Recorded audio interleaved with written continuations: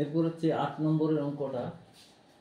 যদি একটি রম্বসের পরিসীমা 20 সেন্টিমিটার এবং কর্ণের দৈর্ঘ্য 6 সেন্টিমিটার, তবে রম্বসের ক্ষেত্রফল নির্ণয় করো। তো আমরা 1 সেকেন্ড এখানে রম্বসের পরিসীমা হচ্ছে 20 সেন্টিমিটার। রম্বসের পরিসীমা 20 সেন্টিমিটার।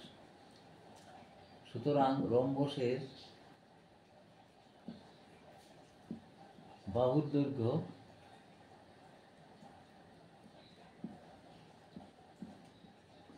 দৈর্ঘ্য হবে 20/4 সমান হচ্ছে 5 সেন্টিমিটার। 5 সেন্টিমিটার। আচ্ছা, কর্ণ বলে দিয়েছে 6 সেন্টিমিটার। কর্ণ সমান 6 সেন্টিমিটার।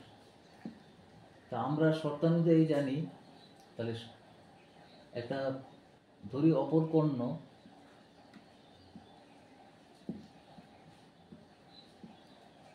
কর্ণ সমান x সেন্টিমিটার। তাহলে আমরা শর্তানুযায়ী লিখতে পারি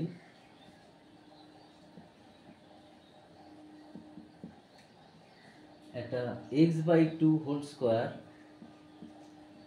plus 6/2 whole square equal to হচ্ছে এই 5 কর্ণের বাহুটার স্কোয়ার। তাহলে এবার লিখতে পারি x/4 x²/4 plus 3² equal to হচ্ছে 5² और x²/4 প্লাস 9 ইকুয়াল টু 25। তাহলে x²/4 ইকুয়াল টু হচ্ছে 25 থেকে 16। সুতরাং x² ইকুয়াল টু হচ্ছে 64। তাহলে সুতরাং x ইকুয়াল টু √64 সমান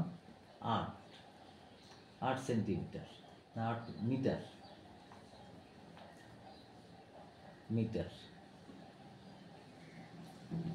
একবার দেখে নিচ্ছি এগুলো সেন্টিমিটার না মিটারে বলা আছে। সব সেন্টিমিটার। এখানে সেন্টিমিটারে লিখেছি। তাহলে x ইকুয়াল টু সেন্টিমিটার। তাহলে বাহুর দৈর্ঘ্য সেন্টিমিটার হবে। তাহলে রম্বসের ক্ষেত্রফল, সুতরাং রম্বসের ক্ষেত্রফল সমান হচ্ছে হাফ কর্ণদ্বয়ের গুণফল। হাফ ইন্টু কর্ণদ্বয়ের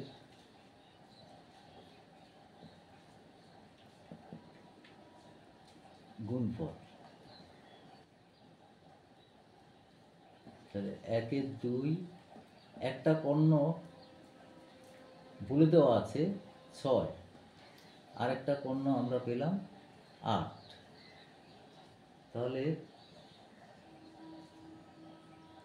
কাটাকুটি করলে কত হবে? এটা 4 4 6 24 বর্গ সেন্টিমিটার।